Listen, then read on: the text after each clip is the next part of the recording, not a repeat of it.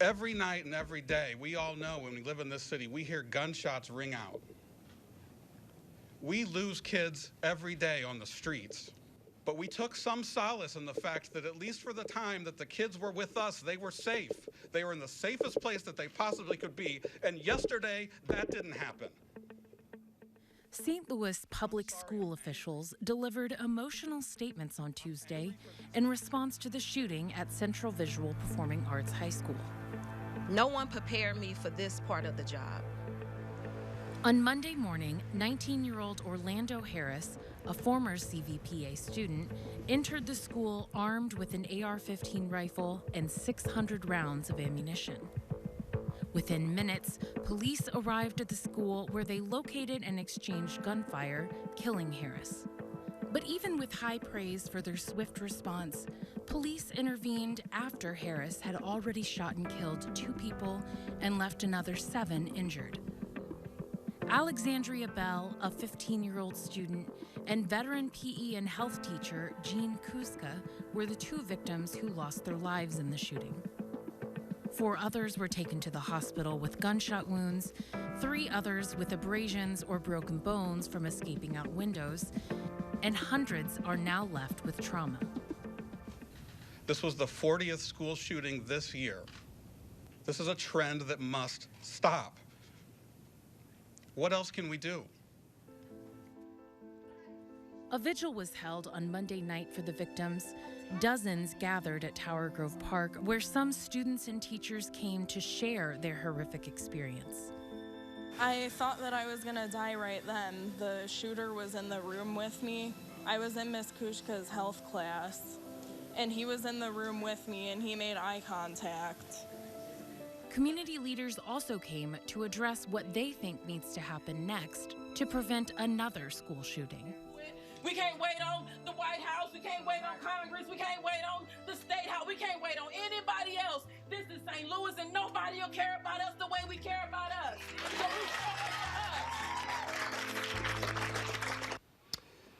Welcome to Donnybrook. Next up, it's Ray Hartman and Alvin Reed. We're joined by Dr. Michael Brown, Deputy Superintendent of Student Support Services at St. Louis Public Schools, Bart Andrews, a Behavioral Health Response, Patrice Hill, parent of a student at CVPA, and Velva Hollimon, Coordinator of Social Workers for SLPS. And, you know, I've seen all that footage before, and I'm still just as shaken as the first time I saw it.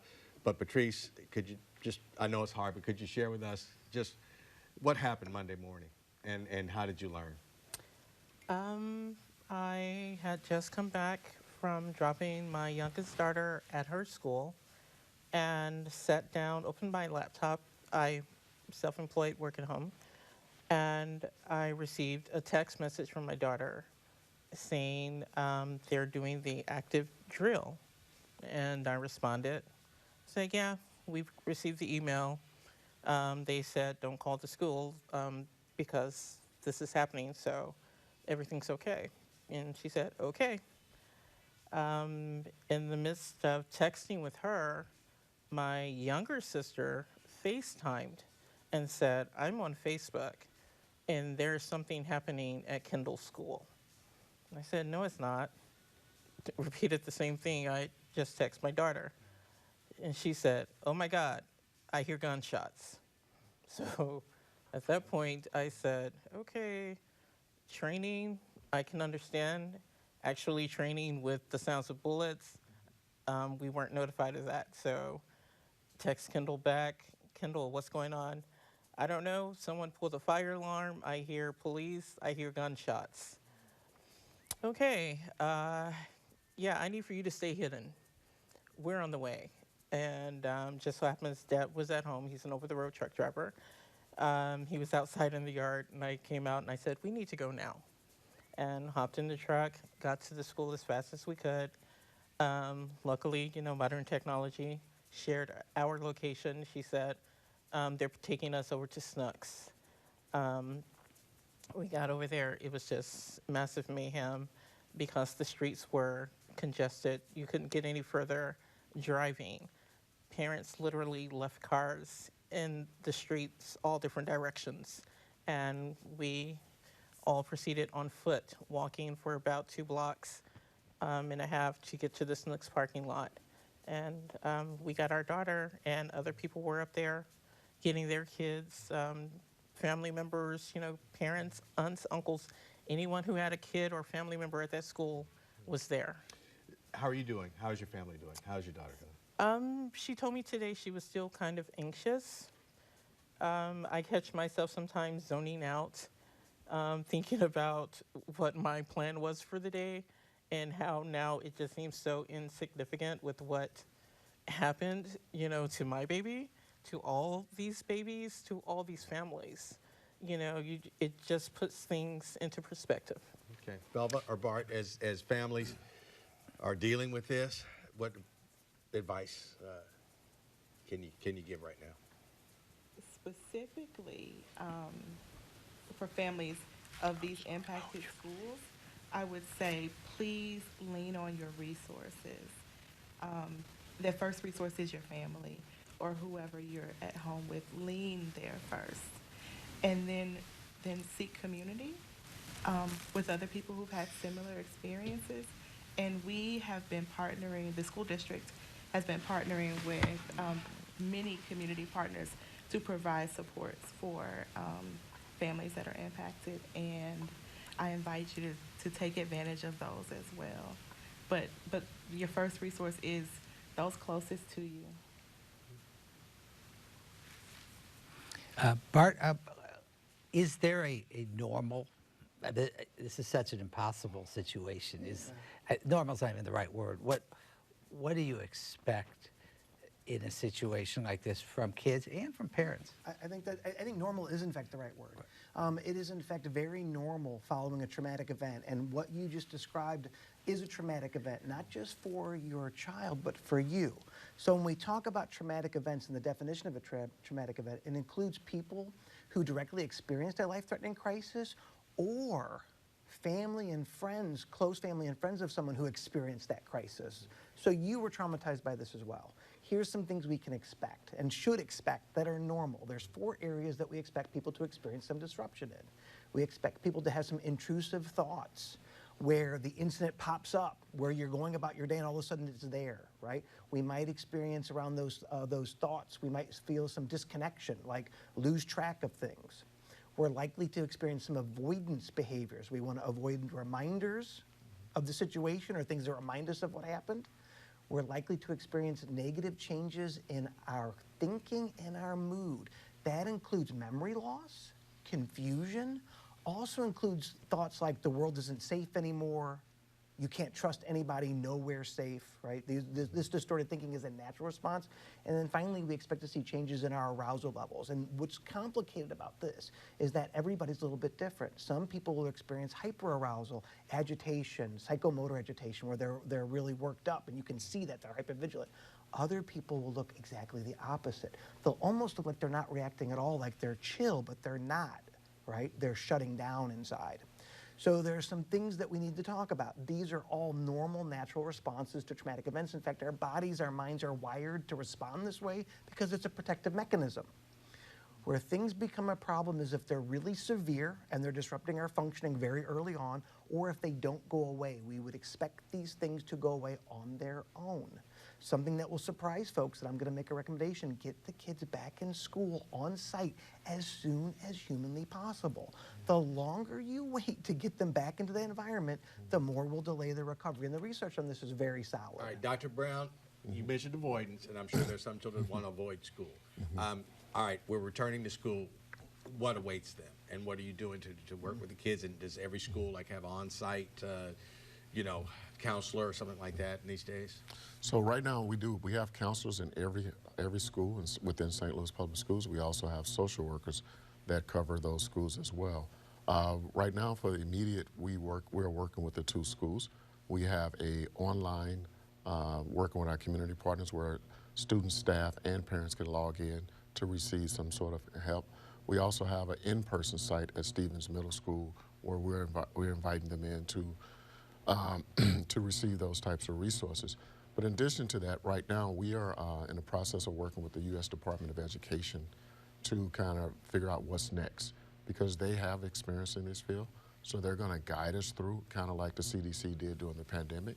So they're working they're going to be working closely with us to kind of talk to us about what that looks like when students return, providing funding for mental health, but also funding.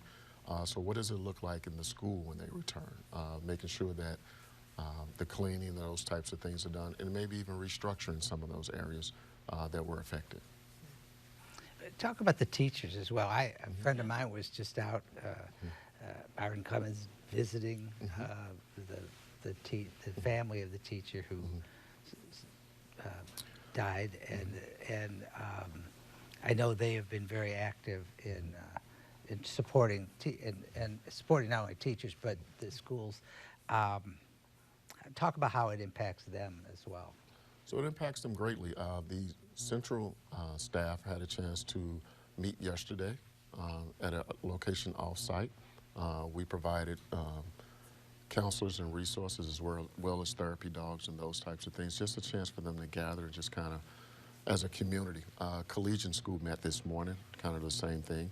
So just providing those resources for the staff members to kind of regroup and regather themselves. We know this is not going to happen overnight. And so again, we're leaning on the U.S. Department of Education, who's dealt with this in the other situations, to kind of guide us through. But immediately, we're just providing those resources for student, staff, and family, but particularly staff and students at this time. Patrice, has your daughter and her friends, have they come together at all and discussed it? And what do you feel like you need? What do you, if you had to tell the district, this is what I think my daughter needs and this is what I need? Oh, that's a good question. The first question asked, I know a few of her friends have reached out to her. Has she met anyone in person since? No. But she has been speaking with them online and things like that. And some have even text me, hey, Ms. Hill, how's Kendall doing? And I say, it's okay to call her, you can call her. You know, just actually what's been going on is, for right now, it's okay. It's not overbearing. It's not too intrusive. As I was telling everyone before we came on live, one of my friends actually just sent money and said, hey, go get yourself a coffee. So, yeah, it kind of goes to what you were saying. I find myself zoning out a little bit, and then I have to come back. So, yeah, it's going to take a minute, you know. You don't send your kids to school for things like this. It's not normal, and it should never be normal. This is for any of you, I guess. It does feel like the community has come together in ways that it hasn't done, and you'd hate to think this is what it would cause that.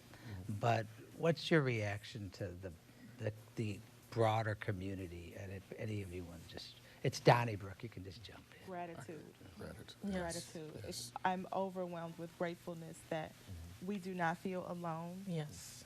As a district, we do not feel alone. I was on a meeting earlier today with local providers, and to know that we're not only having these conversations in our offices and in our buildings, but people all over the city and even the state are thinking about us and helping us to coordinate services and figure out the best things to do for our students and the best ways to serve our families. It's amazing. Have you heard from other school districts? Yes. We had a few school districts even show up on site Monday. Oh, wow. They sent some of their assistant superintendents to assist us on site Monday. So yes, other school districts have text messages, emails, asking us what we need. School districts have offered to send their counselors, their social workers to us. So the overwhelming support, we couldn't ask for anything more. At Wednesday's press conference, individual representing the FBI was saying that there's not a threat, but there's an increased police presence at all schools, and this is not just SLPS throughout. He said, unfortunately, that's trauma. You know, that's that. So, are you passing that message on? Like, you're not in danger. There's just that, and quite frankly, what he said was there's just crazy people out there hoaxing and things like that. So there's increased police, you know, vision at all these schools. How are you dealing with that? We are. Our Colonel Davis, who represents St. Louis Public Schools, he's the head of safety, had a meeting today with principals where we talked about the different things such as prop doors and making sure that we're reiterating those types of things. As far as the police presence, we have our own safety officers. However, the St. Louis Police Department has been doing yeoman's work and just assisting us and being there when we need them. But our safety officer teams have done yeoman's work with this and making sure that students feel safe entering the door, but as well as our principals. Our administrators have really been wrapping their arms around our elementary, middle, and other schools, so they've been doing a good job of wrapping their arms around our students at this time. You know, Bart, there's so much attention being paid now and support, and it's wonderful. There comes a point at these, when any of these kind of traumatic events, when that's going to naturally end. And I'm kind of curious as to any thoughts you have about what the next step, when you hit that point, after this is, we're grieving and as a community, what do you see going forward?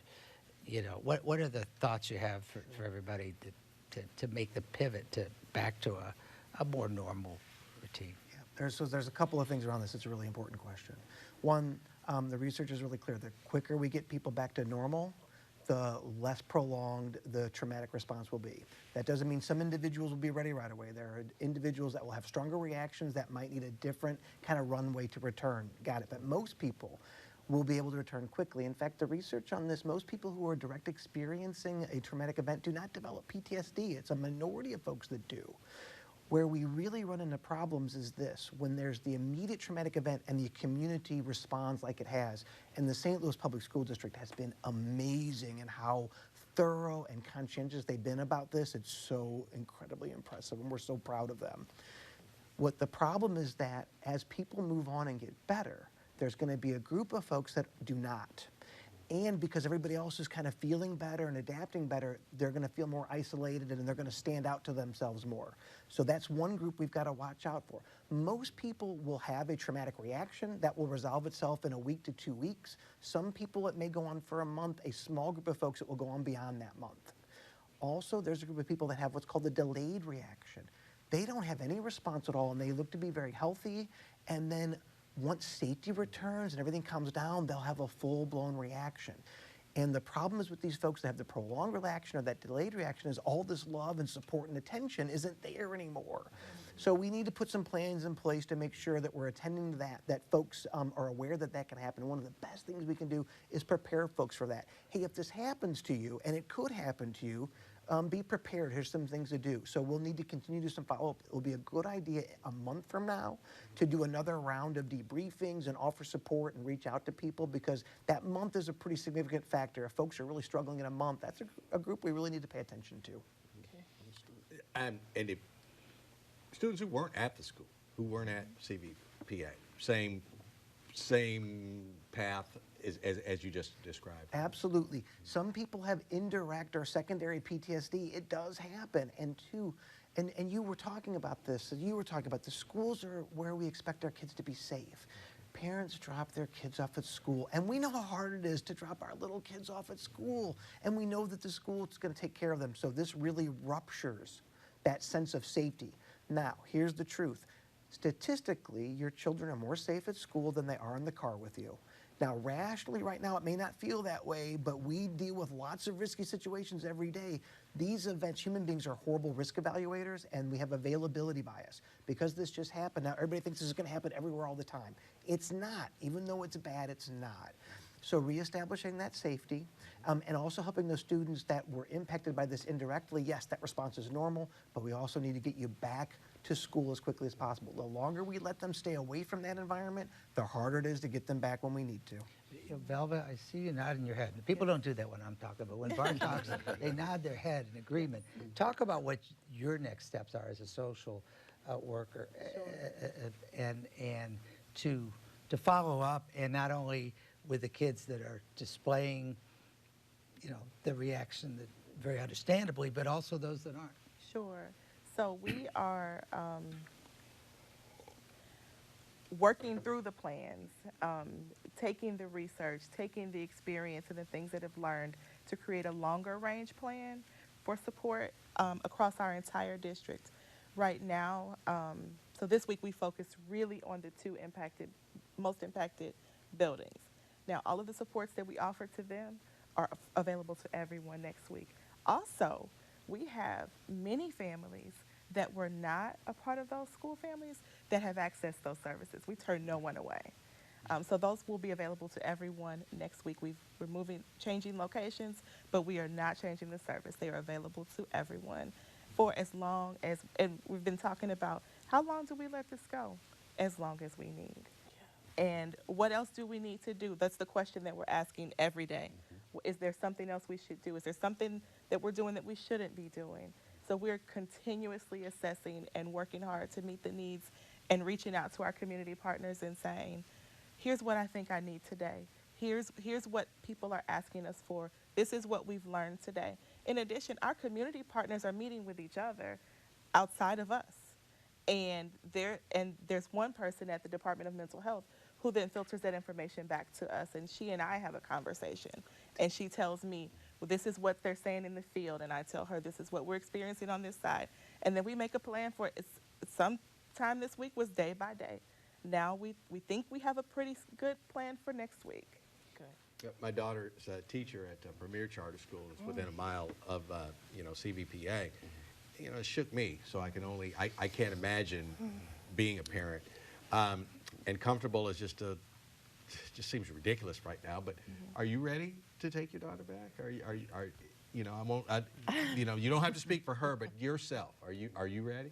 I've thought about it very hard because she was so close to where it was. I believe the biggest part of what happened on the third floor, and she was on the second floor in anatomy class. So, I mean, you just kind of think about it and I'm like, okay, that's your child. But I understand also getting her back into it. So I think that's a conversation that we all need to have, her dad and I and her, because it involves her, to see what she says. Dr. Brown, one of the things that cannot be said enough is how amazing, the response was. As a longtime, member of the Kelvin Adams fan club, I can remember maybe a few issues in which the St. Louis public schools have not been as appreciated. And you hate to think that this has to happen, but I mean, and as a parent of a public school kid, I have to say, up until now, you hear about the drill, the active shooter drills, which is, something that extremely old people did not have to do. No. And at first it's kind of a novelty. No one opposes it, but boy, it sure hits home. Is there anything you're going to be doing differently going forward? And are you ready as a district to receive the precious children as they're coming back? So going forward, of course, Colonel Davis, as I said before, they're reassessing everything, seeing what we did. Well, we're receiving a lot of praise for how we handle things, but we're always thinking something could have been done better. So he's reassessing everything. They're talking about different locks and master keys and those types of things. So they're on site. Square Watson, the other deputy superintendent of operations, they're working together closely to try to reassess what happened, what could we have done. So those things are taking place. As far as receiving the students, no, we're not ready. I mean, I'm not going to sit here and tell you something different. We're not ready to receive them because we have to make sure that we have everything in place for those kids to walk through that door. We don't want them to walk through it and have to walk back out. That's why we're leaning on the U.S. Department of Education. They're still dealing with the Uvalde situation. 2 years later, we talked to them the other day, yesterday, and they told us they're still on the phone with them once a week. So this is not something that's going to happen. And they talked to us about a few things of how to re-enter school. And so we're going to lean on them starting Monday when we have a meeting with them, our team with their team, to tell us how to help the students re-enter, because not only will we do some cosmetic things to the building, but we also have to make sure that mentally they're ready, our staff is ready to receive them. Our social workers haven't gotten enough credit because they were on site.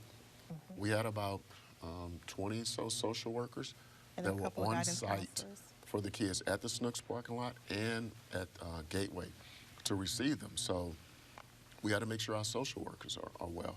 We had social workers, we had nurses, and we had counselors at Gateway ready to receive those students when they walked through that door to kind of, make sure that they were okay. So it was a team effort, and so all of us have to be ready to receive them. So we're going to do some things for our social workers, counselors, and nurses as well to make sure they're ready to receive them. So to answer your question about them coming in, we have to make sure we're ready to receive them. If you need help, where do I reach out to? Dr. Michael Brown. It's just michael.brown@slps.org. Reach out to Dr. Brown. Okay. He's right next door. I got good news. 314-819-8802, the Youth Connection Helpline, thanks to the St. Louis Mental Health Board, St. Louis County Children's Service Fund, and St. Charles County Children's Service Fund. That line is manned 24/7. We not only will respond by phone, we can send mobile outreach folks. We've had folks on scene all week so far. They did. And we do ongoing follow-up. So that one phone call isn't enough. We will stay in touch with you, make sure you connect with services until the crisis is resolved. So that's the Youth Connection Helpline, 314-819-8802. And will there be a virtual option before there's an in-person one, or have you decided on Yes, so students will return to virtual Monday. Okay. So they will start school Monday virtually. Okay. And then we will, we will come up with a plan through the U.S. Department of Education. So much display of courage at that school. I'm gonna try not to break up here, but thank you for being on here. That's really cool. Okay. Yeah. Hey, we'll do better next week. Thank you.